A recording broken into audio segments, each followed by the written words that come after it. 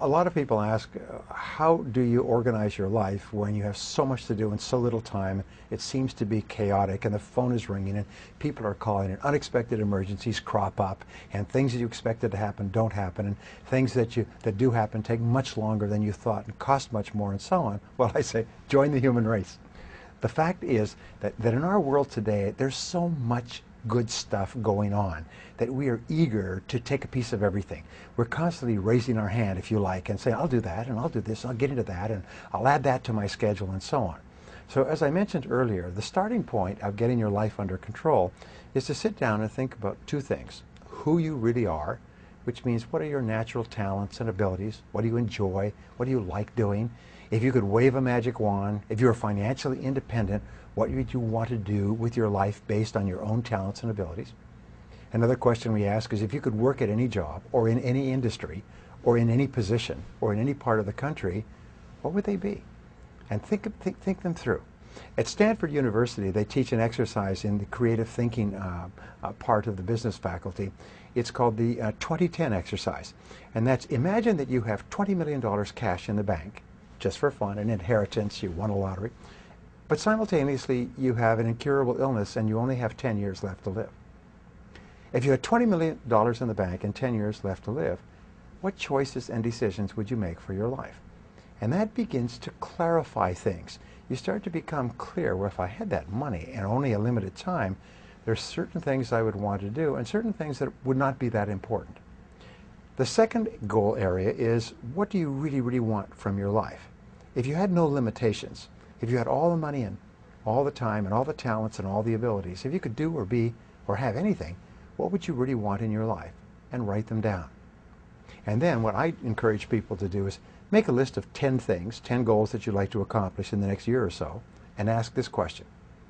If I could only accomplish one goal on this list, which one goal would have the greatest positive impact on my life? If you could only accomplish one goal in life, which one goal would have the greatest positive impact on your life? Now, for most people, especially when you're maturing in your career, when you're growing up, the biggest goal is money. If you had money, then you could buy a house, home, car, family, lifestyle, and so on. So that's quite normal. For other people, it may be a health goal. For business owners, maybe a business goal. For people with relationship problems, maybe a relationship goal. But ask yourself, if you could achieve one goal or resolve one problem, and remember, a problem unsolved is merely a goal unachieved, which one would it be? And write that down and make that the major definite purpose of your life. Make it the central organizing principle of your life. Now, Wolfgang von Goethe had a wonderful observation about life. He basically said that everything counts. Everything that we do helps or hurts. Everything adds up or takes away. So once you have a very clear goal, then you simply ask yourself, based on what I really, really want for my life, what's most important to me, is what I'm about to do helping or hurting? Is it going to move me toward my goal or move me away? And if it doesn't move you toward what is most important to you, then it's a very good candidate to be delegated, outsourced, downsized, or even eliminated. In the process of re-engineering in business, the whole process of re-engineering is based on what is called process simplification.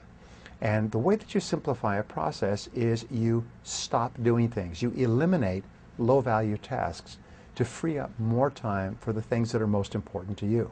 You keep going through your life and saying, what are the things that I could get rid of, that I could stop doing altogether, that I could delegate to someone else, or that I could combine and do all together? You keep thinking, how can I simplify my life? How can I re-engineer my life so that it's simpler and more streamlined? And then you concentrate more and more time doing fewer and fewer things, which give you greater and greater results, financial and satisfaction, emotional, in your life. That's how you bring order out of chaos.